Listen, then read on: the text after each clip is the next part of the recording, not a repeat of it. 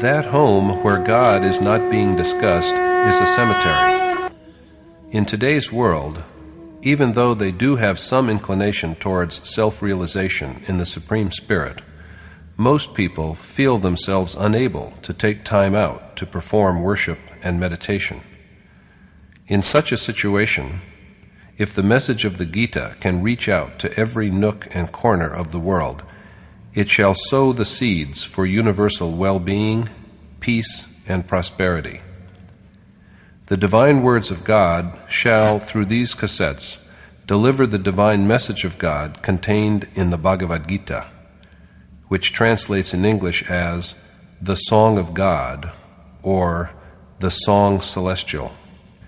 And this is the very essence of a worshipful foundation for the liberation and ultimate happiness of all beings.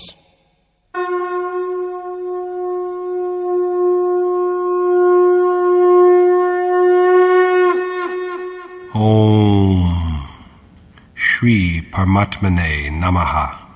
Yatharth Geeta, Srimad Bhagavad Gita. Chapter 8.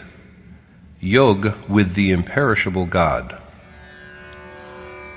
At the end of Chapter 7, Krishna said that yogi who do pious deeds are released from all sin and know the all-pervading God. So action is something that brings knowledge of the Supreme Spirit.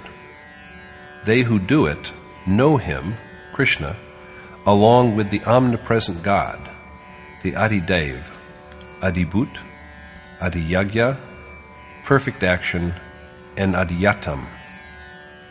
So action is that which apprises us of them. Men who know them are aware, at the end, of Krishna alone. And this knowledge is never blotted out. Repeating Krishna's own words, Arjuna raises a question.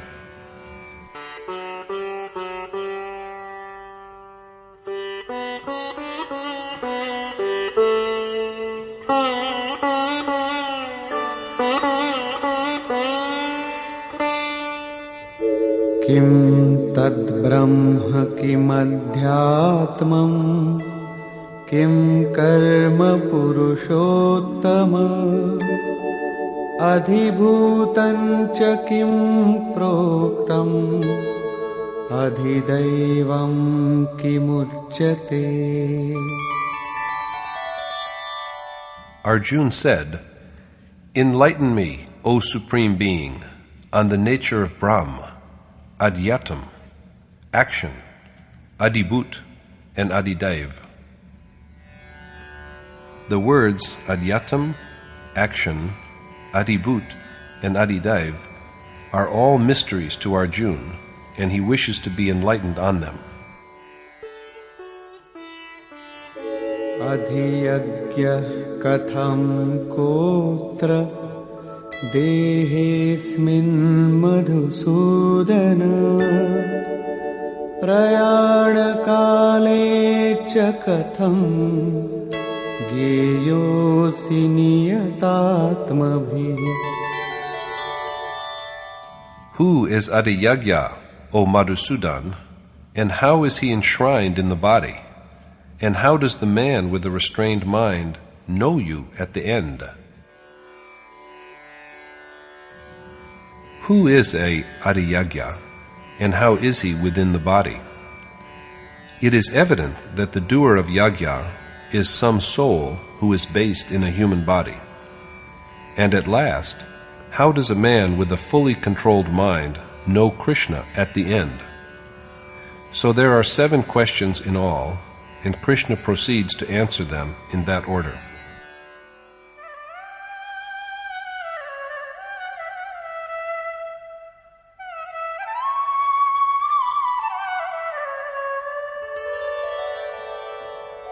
Aksharam Brahma Paramam Svabhavodhyatmamuchyate Bhuta Bhavodbhava Karo Visarga Karma Sangitah.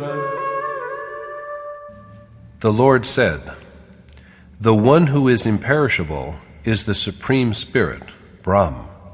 Abiding in a body, he is adyatam, and the cessation of properties in beings which produce something or the other is action. The one who is indestructible, who never dies, is the Supreme Spirit. Steady devotion to the self, dominance of the soul, is adyatam. Before this stage, everyone is ruled by Maya. But when a man dwells firmly in God, and so in his own self, he is infused with the sense of supremacy of his self. This is the culmination of adyatam.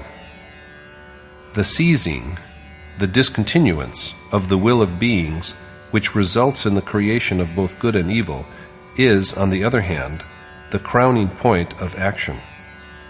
This is the perfect action, which Krishna had spoken of earlier as known to yogi.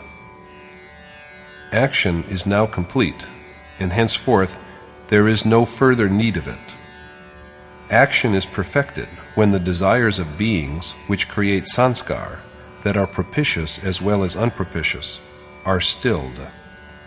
Beyond this, there is no further need of action. So true action is that which brings an end to desires. Such action, therefore, means worship and contemplation that are inherent in yajna.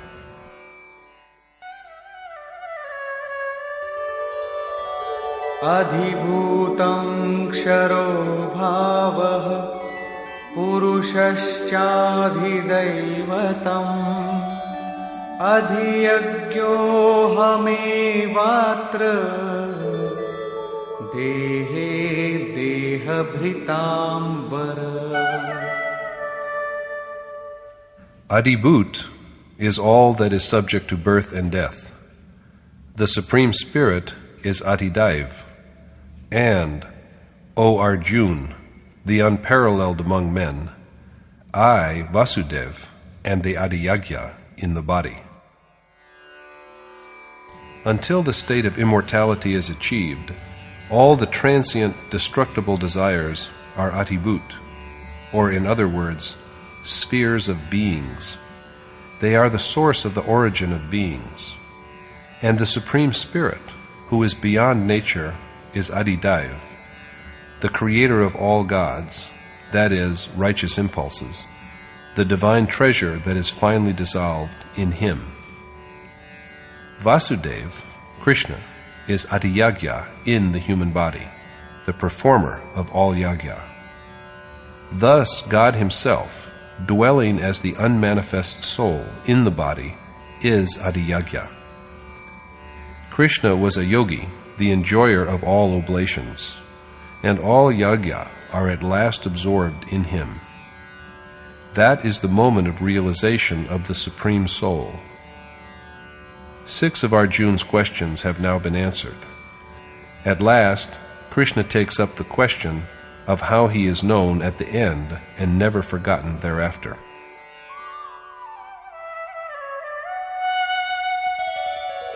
Antakale cha mameva smaran muktva kalevaram yah prayati samadbhavam yati nastyatra samshayah.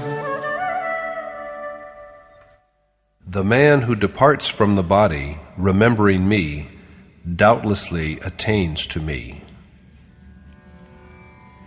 That accounts for Krishna's assertion that the man who finally, that is, when he has perfect control over his mind and when even this mind is dissolved, severs his relationship with the body and departs from it with remembrance of him, surely achieves total oneness with him.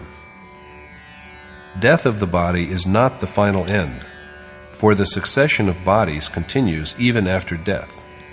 It is only when the last crust of earned merits or demerits, sanskar, has disintegrated, and so also the restrained mind along with it, that the final end comes, and after that the soul does not have to assume a new body. But this is a process of action and it cannot be rendered comprehensible by just words. As long as the transfer from one body to another, like a change of clothes, persists, there is no real end of the physical person. But even while the body is yet alive, with control of the mind and dissolution of the restrained mind itself, physical relationships are sundered. If this state were possible after the event of death, even Krishna could not be perfect. He has said that only by worship carried on through innumerable births does a sage gain identity with him. The worshipper then dwells in him, and he in the worshipper. There is then not even the least distance between them. But this achievement is made during a physical life. When the soul does not have to assume a new body, that is the real end of the physical body. This is a portrayal of real death, after which there is no rebirth. At the other end, there is physical death, which the world accepts as death, but after which the soul has to be born again. Krishna now dwells upon this.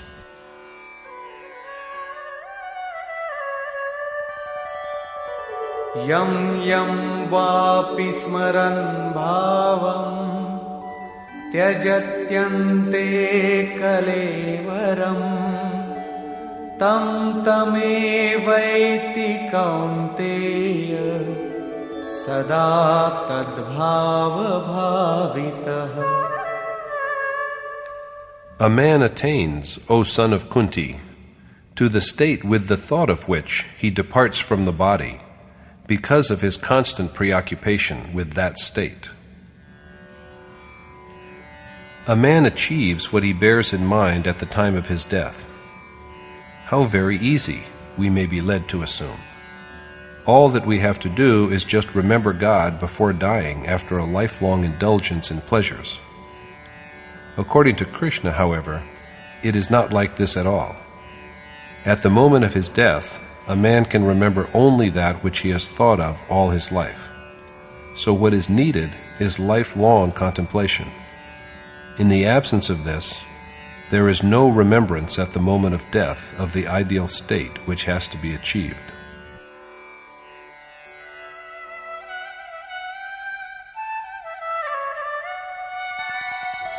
Tasmat sarveshu kaleshu mamanusmara yudhya mayyarpita mano buddhi mame vaishyasya samshayam. So you will doubtless realize me if, with your mind and intellect dedicated to me, you always wage war. How are uninterrupted meditation and combat accomplished simultaneously? It is perhaps the practice of warriors. One goes on shooting arrows while at the same time intoning and yelling names of deities. But the true meaning of remembrance, internal recitation of the name, is something else, and it is clarified by the Yogeshwar in the following verse.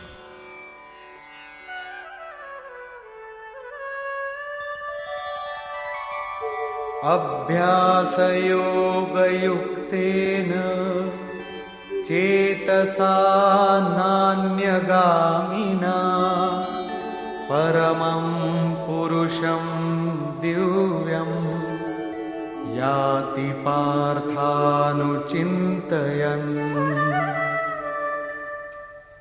Possessed of the yoga of meditation and a restrained mind, O Parth, the man who is always absorbed in my thought attains to the sublime radiance of God. Contemplation of God and practice of yoga have an identical meaning. The remembrance, which Krishna has spoken of, requires the worshipper to be possessed of yoga and a mind so well subdued that it never strays from God.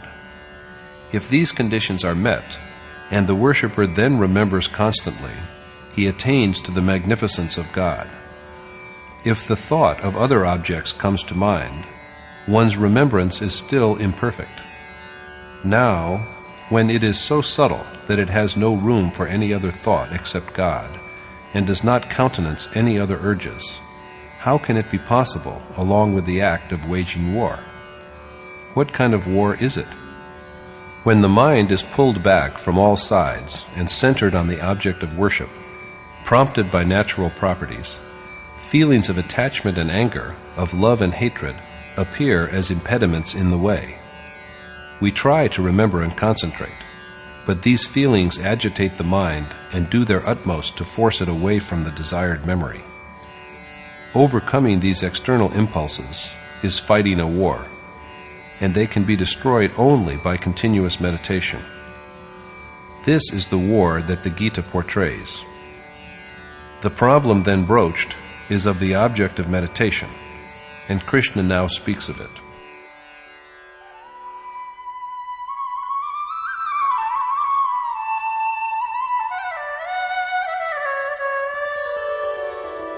Kavim Puranamanushasitaram Anoraniyav Samanusmaretyah Sarvasya Dhataramachintya Rupam Aditya Varnam Tamasa Parastat.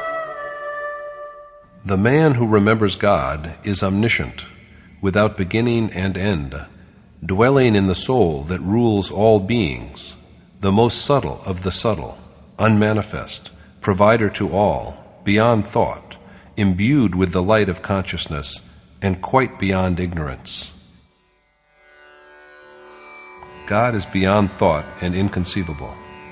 So long as the mind exists, its urges survive and he is not seen. He is known only after the perfectly restrained mind is itself dissolved. In the 7th verse, Krishna spoke of the worshipper's contemplation of him, and now he speaks of the contemplation of God. So the instrument of meditation is some accomplished soul who is imbued with the awareness of reality. Prayana kale manasa chalena bhaktya yukto yoga balena chaiva Bhruvor madhye pranamaveshya samyak Satam param purushamupaiti divyam. With unwavering concentration, with his life breath firmly centered between his brows by the strength of his yoga, such a man attains to the effulgent Supreme Being. The worshipper who always meditates on God with a steady mind realizes his magnificence when his mind is dissolved by the strength of his yoga, by the strength gained from undertaking of the ordained action, which enables him to center his breath between the two brows so that there is neither inner agitation nor the advent of any will from any external source. In brief, the realization comes in the state in which all properties, sattva, rajas, and tamas, are perfectly quiet. Vision of mind remains steady on self, and it is achieved by the worshipper who always keeps it in mind that yoga is the appointed way of realization. This way is yoga, which Krishna has delineated at length in chapters 5 and 6. He has just told Arjuna, "Always remember me." As we have seen, this is done by resting firmly on the precepts of yoga. One who achieves this knows the magnificence of God and becomes one with him, and thereafter his memory is never obliterated from his mind. At this point, the question of how God is perceived at the time of departing from the body is resolved. Let us now see the supreme condition that should be the worshipper's goal and to which the discourse of the Gita reverts again and again. Yadaksharam vedavido vadanti vishanti yadyatayo vitaraga yadichanto brahmacharyam charanti tatte padam sangrahena pravakshi.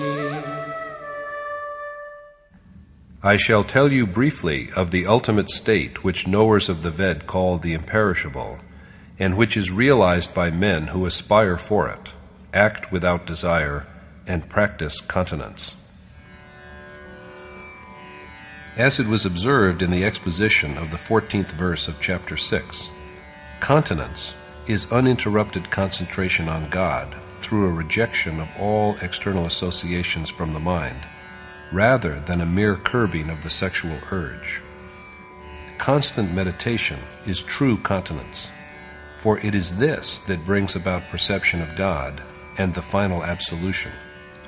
Such an exercise is the restraint of not one sense, but of all senses. Men who can do this are true celibates. What Krishna is going to tell Arjuna about this discipline is therefore something that is fit to be cherished by all hearts.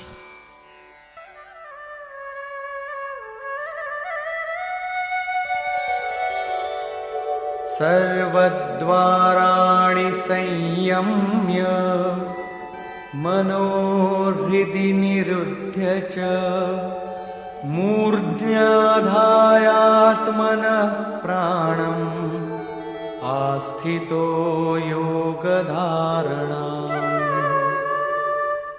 Shutting the doors of all the senses, that is, restraining them from desire for their objects, confining his intellect within the self, fixing his life breath within his mind, and absorbed in yoga, the necessity of renunciation of desire by a perfect control of the senses is repeatedly stressed. The mind has to be confined within the self, because contemplation and worship are accomplished within the self, not outside.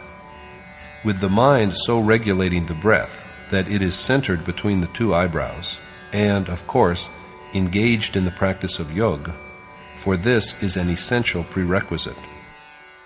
Omityekaksharam Brahma Vyaharan Mamanusmaran Yah Prayati Tyajan Deham Sayati Paramam Gatim.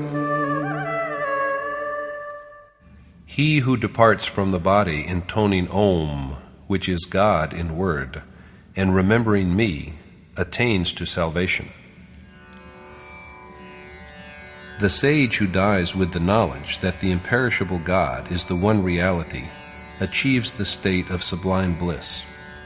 Krishna is a yogi, a seer who has achieved awareness of the ultimate truth. As a realized sage, an accomplished teacher, he exhorts Arjuna to recite Om, symbol of God, and to contemplate Him. All great souls are known by the name of the entity to which they attain and into which they are finally assimilated.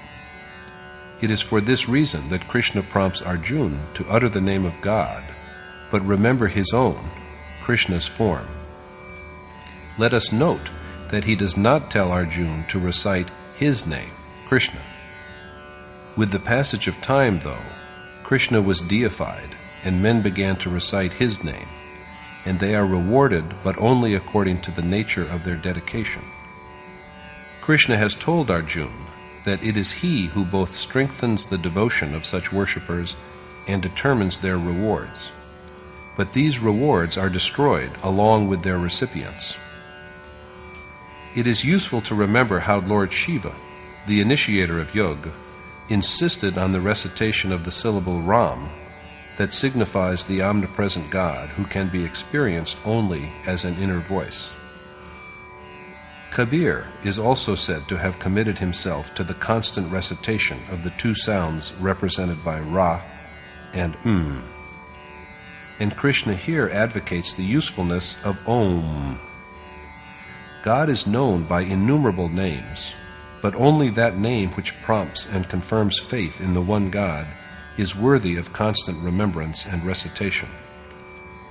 Worshippers are rightly cautioned by Krishna that the name they recite time and again must not be one that might incline or encourage them to believe in a multiplicity of gods and goddesses who are nothing more than a bundle of myth. Om is unique in the sense that it literally betokens that the supreme authority of God inheres in every me. So seekers must desist from wandering here and there to find Him outside themselves.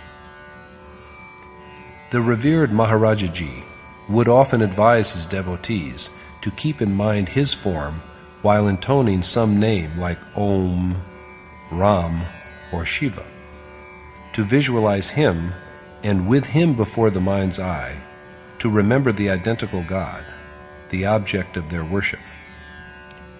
It is an accomplished or enlightened teacher who is kept in view while in meditation. Whether we hold on to a Ram, Krishna, or a hermit, sadhu, who is liberated from all desire and pleasure of the senses, or to any other being according to our inclination, we can know them only by actual experience, after which they disclose to us the way to some contemporary accomplished teacher, by whose guidance we should slowly but surely conquer the material world. At the beginning, I too used to contemplate a huge image of Krishna, but this image was gradually erased from my mind by the advent of perception of my enlightened teacher. Novices utter the deity's name, but hesitate to do so while recalling a sage in human form. They are unable to discard the bias of their inherited beliefs, so they call to mind some other false god instead. But this practice is, as we have seen, forbidden by Yogeshwar Krishna as impious. The proper way is to find refuge in some realized sage, an accomplished or enlightened teacher, who has already gone through the experience. Fallacious dogmas are then destroyed, and the worshipper is enabled to set upon real action as his pious impulses and the capacity to act according to them are rendered sufficiently strong. So according to Krishna, the mind is restrained and ultimately dissolved by a simultaneous recitation of Om and remembrance of His form. This is the point at which the accumulated layers of sanskar, of the merits of action, are dissolved, and all the relationships of the body severed forever. A man is not rid of the body, but just physical death.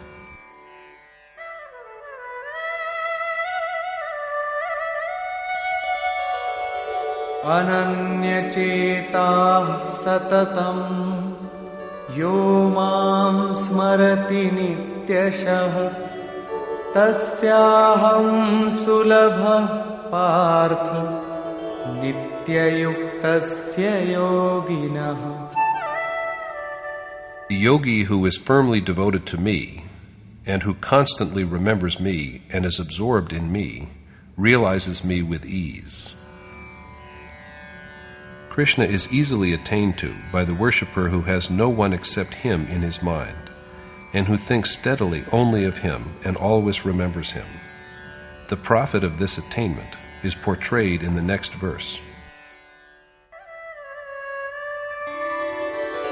Mamupetya punarjanma dukkhalayam shashvatam Napnuvanti mahatmanah samsiddhim paramam gata. Accomplished sages who have attained to the ultimate state are no longer subject to transient rebirth, which is like a house of sorrows. It is only after attaining to the Supreme Spirit that man is not born again. Krishna then speaks of the sphere of rebirth. Abrahma bhuvana loka punaravartinorjuna mamupetya tu kaunteya punarjanmana vidyate. All the worlds from Brahmlok downwards are, O Arjun, of a recurrent character. But, O son of Kunti, the soul which realizes me is not born again.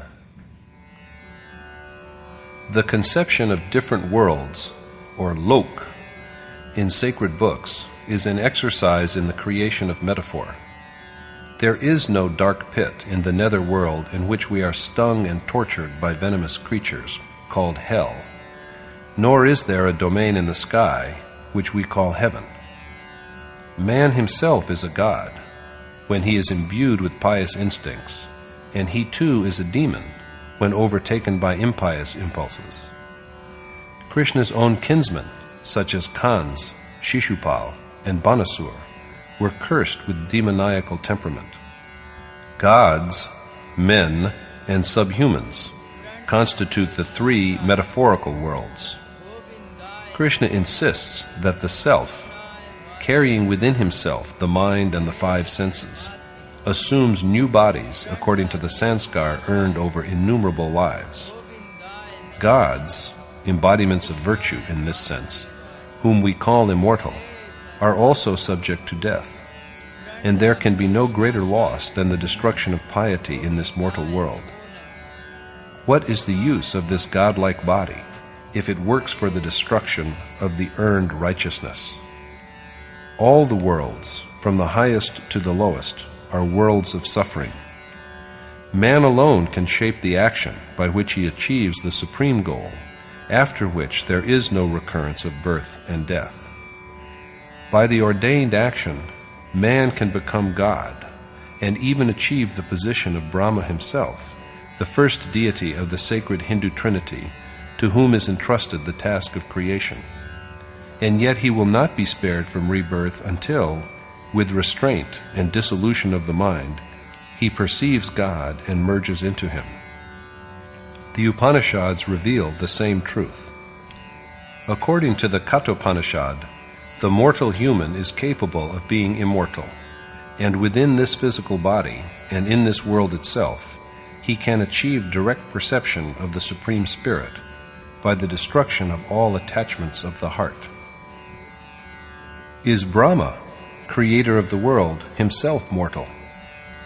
Krishna said in chapter 3 that the mind of Prajapati Brahma is a mere tool, and God is manifested through him. It is such great souls who have devised yajna.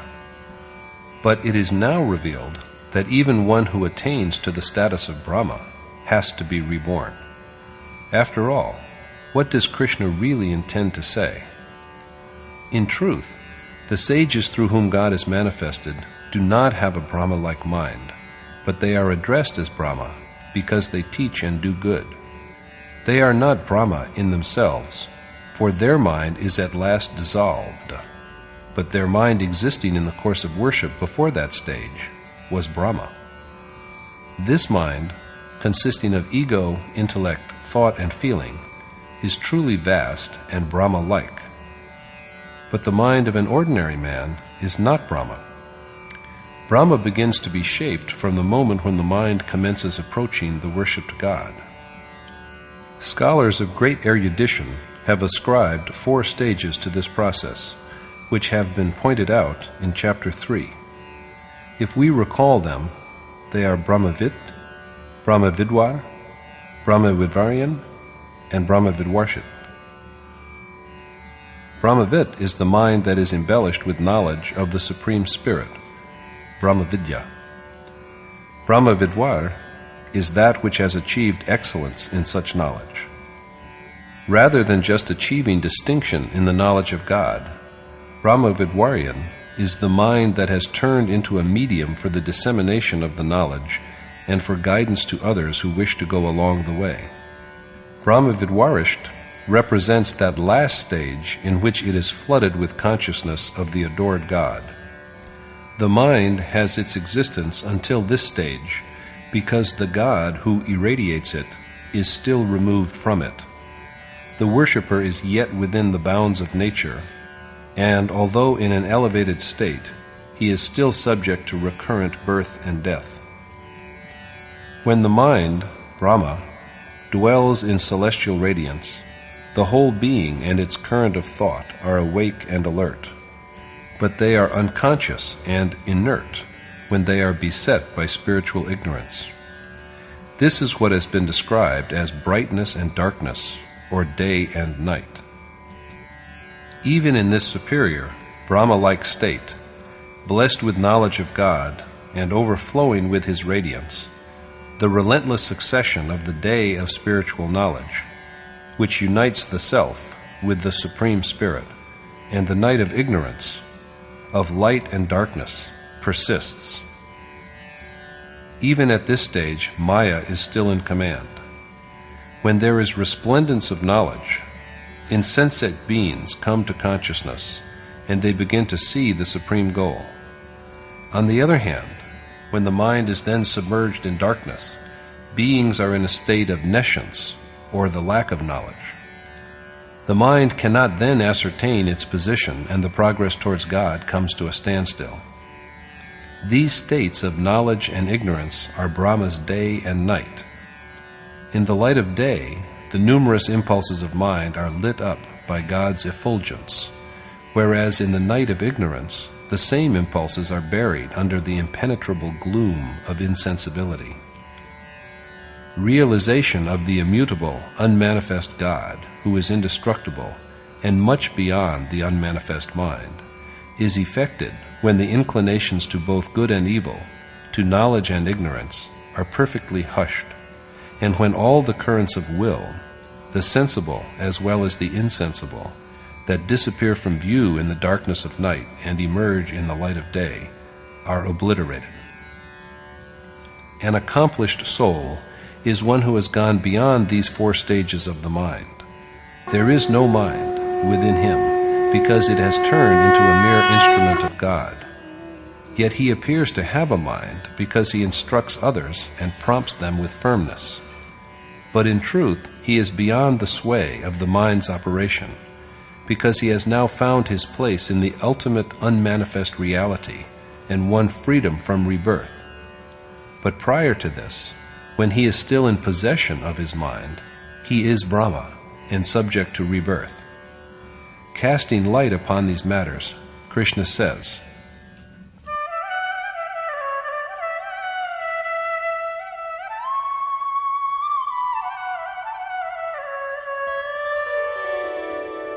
Sahasrayuga paryantam aharyad brahmano viduhu ratrim yuga sahasrantam teho ratra vido janah. Yogi who know the reality of one day of Brahma, which is of the duration of 1,000 ages, or yuga, and of one night, which is also equal to 1,000 ages, know the essence of time. In the 17th verse, day and night are used as symbols of knowledge and ignorance. Brahma comes into being when the mind is endowed with the knowledge of God, or Brahmavit, whereas the mind which has achieved the state of Brahmavidvarsht marks the crowning point of Brahma.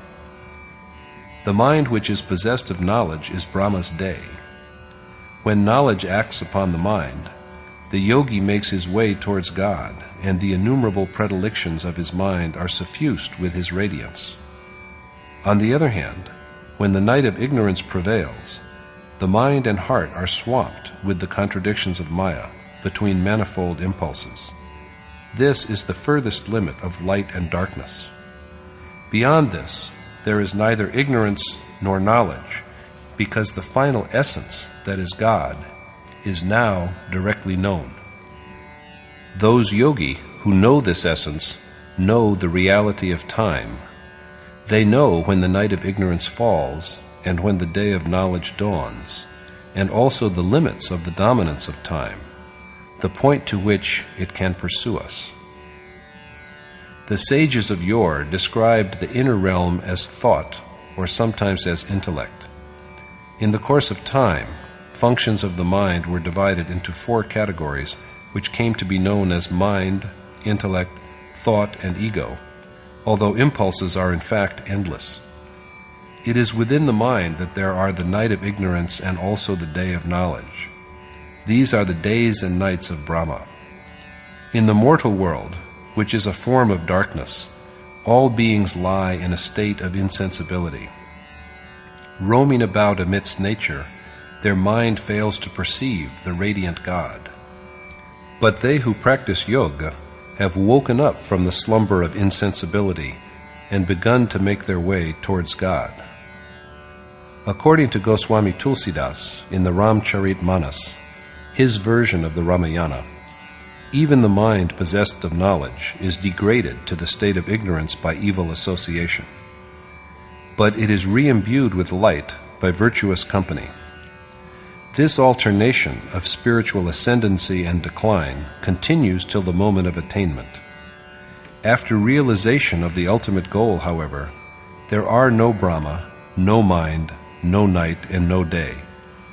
Brahma's day and night are just metaphors. There is neither a night nor a day of 1,000 years, nor even a Brahma with 4 faces.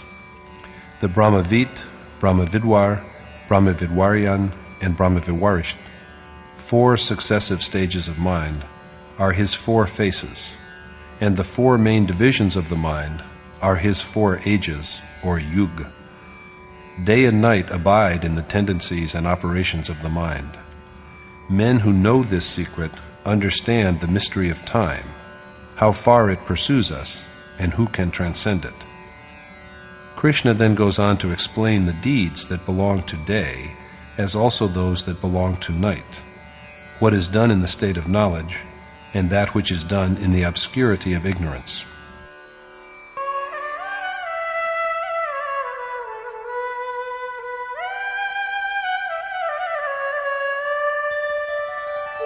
Avyaktadyaktayah sarvah prabhavantyah ragame ratriagame praliyante tatraivavyakta samgyake.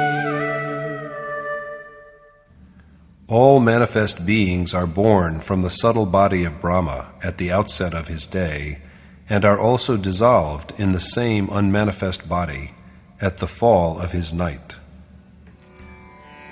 With the dawning of a day of Brahmas, that is, with the inception of knowledge, all beings come awake in their unmanifest mind, and it is within the same subtle, unmanifest mind that they lapse into unconsciousness. They are unable to see the Supreme Spirit, but they have an existence. The mind, unmanifest and invisible, is the medium of both consciousness and unconsciousness, of both knowledge and nescience, the lack of knowledge.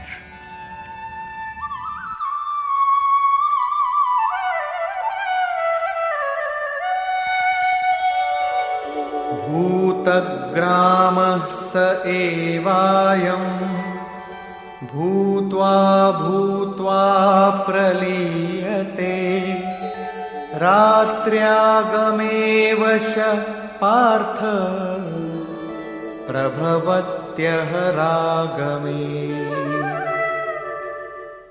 The beings who thus wake up into consciousness are compelled by nature to relapse into unconsciousness with the coming of night, and they are then, O Parth, reborn with the advent of day. As long as the mind persists, the succession of knowledge and ignorance goes on. So long as this continues, the seeker is only a worshipper rather than an accomplished sage. Parastasmat tu bhavonyo Vyakto vyaktat sanatanah Yah sah sarveshu bhuteshu Nashyatsu na vinashyati. But beyond the unmanifest Brahma, there is the eternal unmanifest God, who is not destroyed even after the destruction of all beings. On the one hand, the mind that is Brahma is imperceptible. It cannot be known by the senses.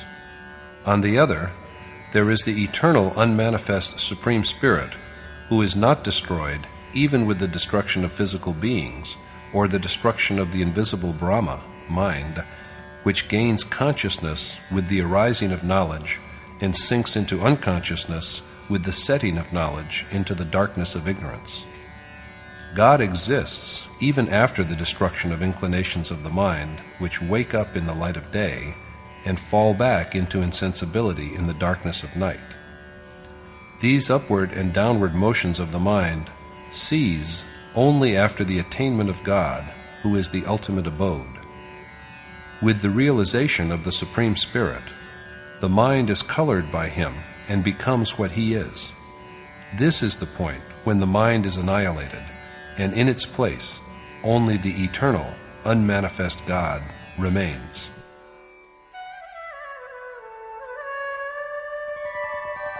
अव्यक्तोऽक्षर इत्युक्तः तमाहुः परमां गतिम् यं प्राप्य न निवर्तन्ते तद्धाम परमं मम.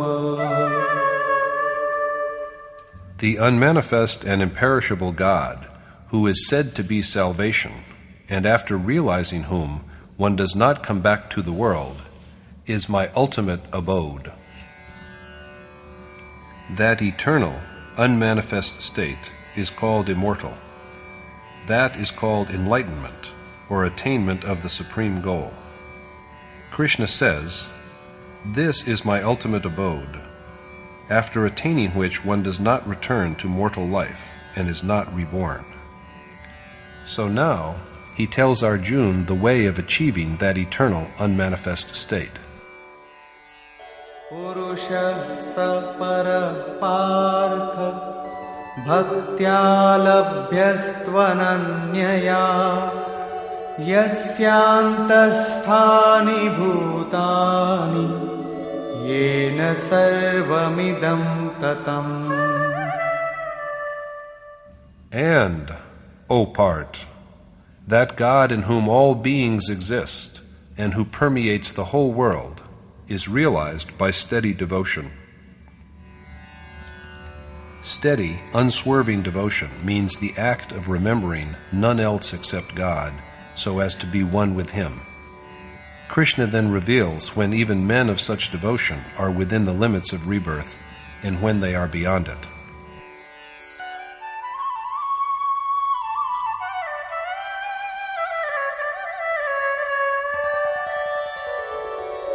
यत्र काले त्वनावृत्तिम् आवृत्तिं चैव योगिनः प्रयाता यान्ति तं कालं वक्ष्यामि भरतर्षभ.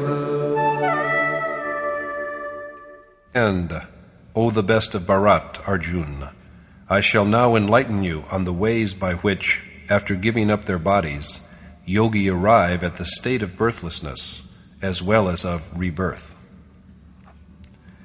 Freedom from rebirth, as we are about to see, is achieved by those who dwell in the light of knowledge.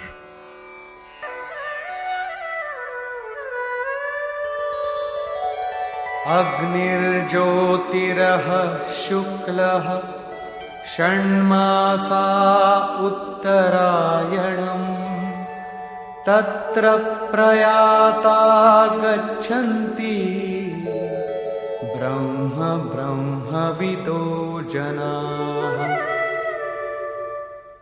They who depart from the body in the presence of bright flames, daylight, the sun, the waxing moon of the bright half of a month, and the dazzlingly clear sky of the time when the sun moves northwards, they attain to God.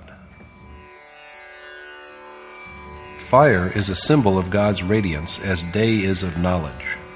The bright half of a lunar month stands for purity. The 6 virtues of discrimination, renunciation, restraint, tranquility, courage, and intellect, are the 6 months of the ascendant motion of the sun. The state of upward motion is the progress of the sun to the north of the equator. Enlightened by knowledge of the reality which is quite beyond nature, sages attain to God and they are then not reborn.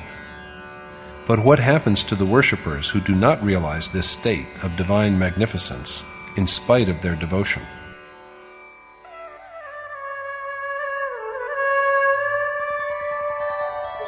धूमो रात्रिस्तथा कृष्णः षण्मासा दक्षिणायनम् तत्र चान्द्रमसं ज्योति योगी प्राप्य निवर्तते.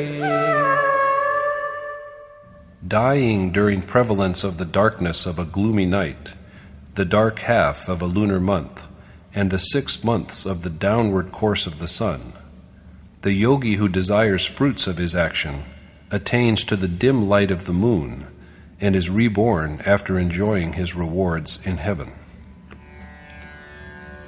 That soul is yet far removed from God, who departs from the body when the sacred fire of his yajna is smothered by smoke, when the night of ignorance prevails, when the moon is waning in the dark half of a month, when gloom prevails on all sides, and the outward-looking mind is infested with the 6 vices of passion, wrath, greed, delusion, vanity, and malice, and he is reborn. Does it mean, however, that along with his body, the worship too of this seeker is destroyed? Shukla Krishne gati hete jagatah shashvate mate ekaya yatyana vrittim anyaya vartate punah. The way of brightness that leads to God, and the way of darkness that takes one to the afterworld, the world of manes to which departed ancestors have gone, are the 2 eternal ways in this world. One who takes the first achieves birthlessness, whereas the treader on the second is subject to repeated birth and death. Both the ways of light and darkness, of knowledge and ignorance, have been forever, but the merits of worship are never destroyed. The one who dies in the state of knowledge and brightness achieves ultimate salvation, but the one who departs from the body in the state of ignorance and obscurity has to come back and undergo yet another birth. And this succession of one birth after another goes on until there is perfect light. Until that moment, the seeker has to carry on his worship. The problem is fully resolved at this point, and Krishna then dwells upon the means which are essential for the attainment of final liberation.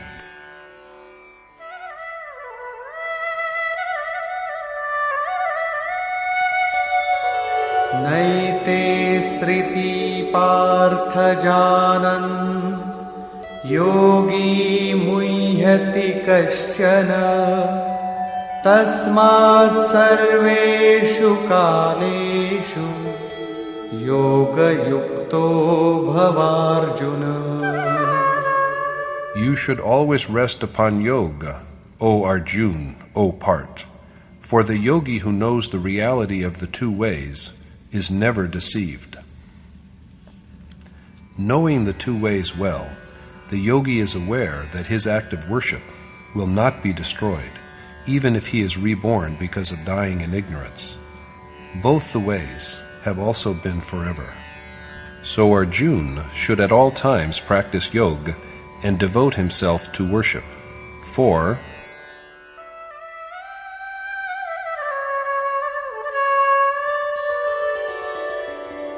Vedeshu yaggeshu tapassu chaiva daneshu yat punya phalam pradishtam atyeti tat sarvamidam viditva yogi param sthanam upaiti chadyam.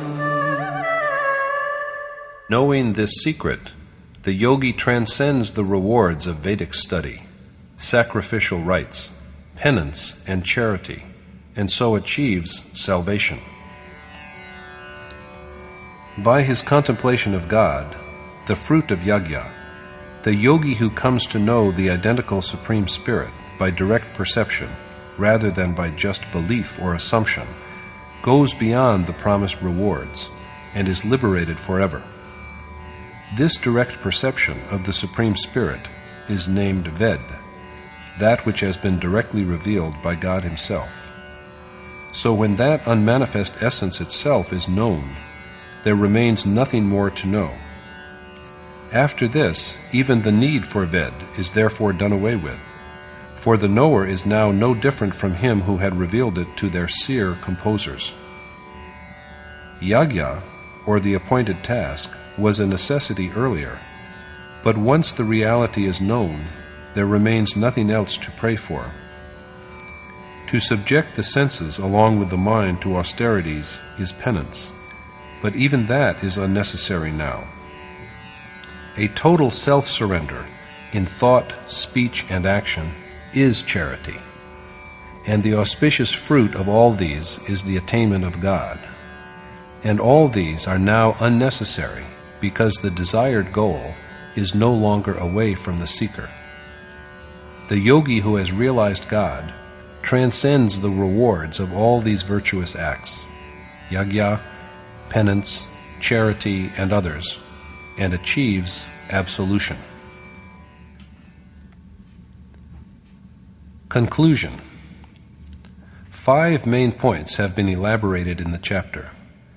At the beginning, made curious by problems hinted at by Krishna at the end of chapter 7, Arjuna puts forward 7 questions. He wishes to know the nature of the Supreme Spirit, Adhyatam, the perfect action, Adidaiv, Adibhut, and Adiyagya, and how he, Krishna, may be so known at the end that he is never forgotten thereafter. Replying to these questions, Krishna tells him that the one who is imperishable is God. The devotion that secures realization of God is Adhyatam.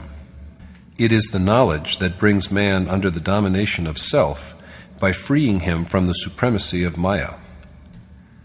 Shedding away the innate properties of nature which produce good or evil impressions, sanskar, that is, the annihilation or destruction of these properties, is the perfection of action. There is no need of any further action after this. So true action is something that destroys the very source of the merits that are called sanskar. Transient, perishable desires are adibhut. In other words, that which is destroyed is the medium for the generation of all beings. The Supreme Spirit is Adidaiv, and in Him is dissolved the treasure of divinity. Krishna is Himself Adiyagya in the body, for all the sacrifices of yagya are made to Him. He is the agent who effects the sacrifices, and He is also the one in whom the sacrifices are all dissolved. Adiyagya is someone who lives within the body, not out of it. Arjuna's last question is how he, Krishna, is known at the end. Krishna tells him that men who contemplate Him alone and nothing else, and who depart from the body thinking of Him, know Him by direct perception and become one with what they have perceived. Since they have always contemplated Him, at the end also they attain to what they have borne in mind at all time. It is not that this attainment comes after physical death. If perfection were to come only after physical death, Krishna would not be immaculate. Were it so, He would not have the knowledge that is gained from the practice of spiritual discipline through a number of lives. The real end comes when even the wholly restrained mind ceases to be, after which the process of assuming new bodies is discontinued forever. The worshipper then merges into the Supreme Spirit and is not reborn thereafter. So Arjuna is counseled to recite the sacred syllable of Om, but contemplate the form of Krishna, an adept in yoga, reciting the deity's name while at the same time visualizing the known form of a noble mentor, an accomplished or enlightened teacher, is the key to successful worship. In the chapter, Krishna has also taken up the problem of rebirth and said that the whole world, from Brahma himself to the lowest of creatures, repeats itself. But even after all of them are destroyed, his, Krishna's, sublime, unmanifest being, and the steady devotion to him never come to an end. At several points in the chapter, there is a reference to the supreme goal as the attainment of God, who is represented as unmanifest, imperishable, and eternal. Thus concludes the 8th chapter in the Upanishad of the Srimad Bhagavad Gita on the knowledge of the Supreme Spirit, the discipline of Yoga, and the dialogue between Krishna and Arjuna, entitled Akshara Brahma Yoga, or Yoga with the Imperishable God. Thus concludes Swami Adgadanand's exposition of the 8th chapter of the Srimad Bhagavad Gita in Yatharth Geeta. Hari Om Tat Sat.